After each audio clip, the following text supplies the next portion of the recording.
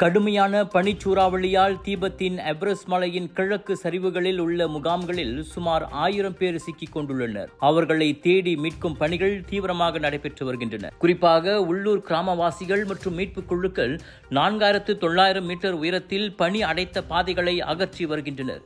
இதுவரை சுமார் 350 பேர் மீட்கப்பட்டு கூடாங் நகருக்கு பாதுகாப்பாக அழைத்துச் செல்லப்பட்டுள்ளனர். மீண்டவர்கள் கடும் குளிர் மற்றும் ஈரப்பதம் காரணமாக ஹைப்போதெர்மியா எனப்படும் உடல் வெப்ப குறைவுக்கு ஆளாகியுள்ளனர்.